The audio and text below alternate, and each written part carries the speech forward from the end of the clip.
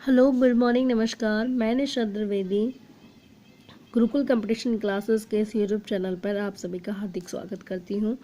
Students, कैसे हैं आप सभी? In previous classes we were doing और first chapter of history. In this chapter we had read about surveys, how surveys become important, and also about record rooms, archives and museums. So students, now we will read about what official records do not tell.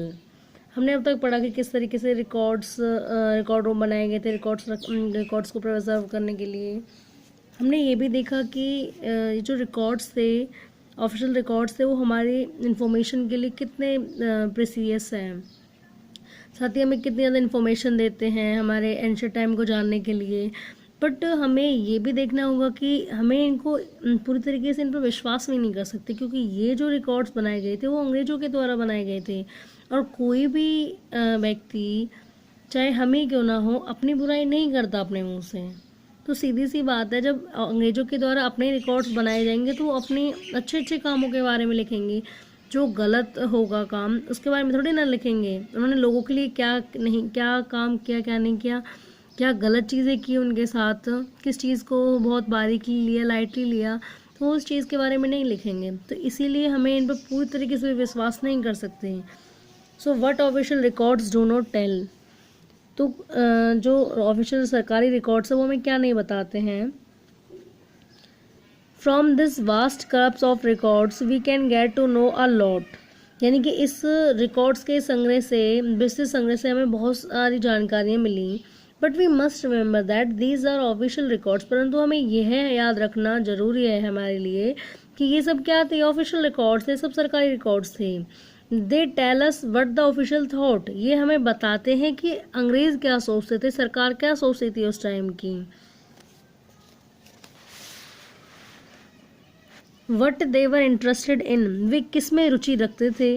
And what they wish to preserve for posterity, और साथ ही वे भावी पीढ़ी के लिए क्या preserve करने की इच्छा रखते थे. These records do not always help us understand what other people in the country felt.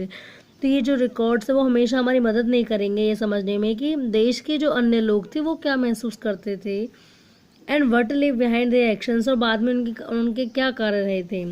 For that we need to look elsewhere, और ये जानने के लिए हमें कहीं और देखना होगा. When we begin to search for these other sources, we find them in plenty, though they are more difficult to get than official records.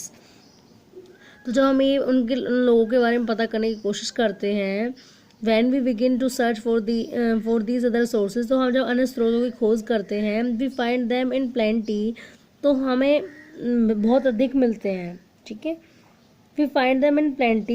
ये sources हमें ज़्यादा मिलते हैं. Though यद्यपि they are more difficult to get than official records. हालांकि जो सरकारी records हैं उनसे हमें इन्हें निकालना बहुत मुश्किल है हमारे लिए. We have diaries of people. हमारे पास लोगों की डायरी हैं, पर्सनल डायरीज जो होती हैं, हमारे पास लोगों की डायरी हैं. अकाउंट्स ऑफ पिलग्रिम्स, जो तीर्थ यात्री थे उनके विवरण हैं. एंड ट्रैवलर्स, और जितने जो यात्री थे जिन उनके यात्रा वृत्तांत हैं, ट्रैवलॉग हैं ट्रैवलर्स के. ऑटोबायोग्राफीज ऑफ इम्पोर्टेंट पर्सनैलिटी, जो महत्वपूर्ण व्यक्तित्व रहे थे उस समय के, उनकी ऑटोबायोग्राफीज हैं, आत्मकथाएं हैं. And popular booklets that were sold in the local बाजार, साथ ही वो प्रसिद्ध बुकलेट्स भी हैं जो उस समय स्थानीय बाजारों में बेची जाती थी. एज प्रिंटिंग स्प्रेड, जैसे ही छपाई का विस्तार हुआ, न्यूज़पेपर्स वर पब्लिश्ड, अखबारों की छपाई की गई. And issues were debated in public, और पब्लिक में यानी लोगों के सामने मुद्दों पर क्या होने लगी थी, बहस होनी शुरू हो गई थी. Leaders and reformers wrote to spread their ideas, साथ ही जो नेता थे और समाज सुधारक थे उन्होंने भी अपने विचारों को लोगों तक फैलाया. किसके माध्यम से? रिटर्न के माध्यम से, लेखन के माध्यम से, लिख करके अपने विचारों को उन्होंने फैलाया.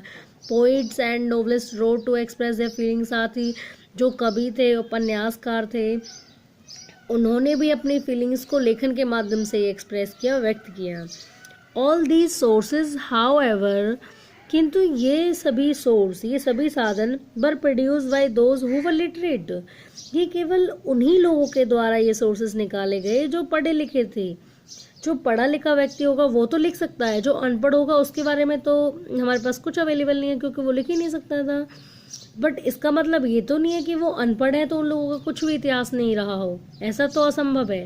इतिहास तो था, पर वो इलिटरेट पीपल थे, तो उनके बारे में हमें इंफॉर्मेशन कैसे मिलेगी?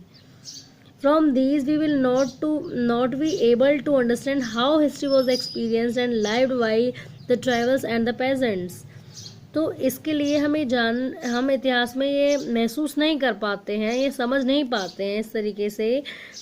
And lived by the tribals and peasant, कि उस समय जो आदिवासी थे, किसान थे, वो कैसा जीवन जीते थे। The workers in the mines of the poor on the streets, गली के जो गरीब लोग थे और खदानों में जो काम करने वाले वर्कर्स थे, कर्मचारी थे, मजदूर थे, उनका जीवन कैसा था, तो हमें उनके रिगार्डिंग कोई जानकारी नहीं मिल पाती है। Getting to know their lives is a more difficult task, उन लोगों के जीवन के बारे में जानना हमारे लिए बहुत कठिन कार्य है। Yet this can be done, परंतु ये फिर भी किया जा सकता है। If we make a little bit of effort, यदि हम थोड़ा सा प्रयास करते हैं। When you read this book you will see how this can be done, और जब हम इस बुक को थोड़ा और आगे पढ़ेंगे तो इस बारे में भी जान पाएंगे। Thank you so much for watching this video.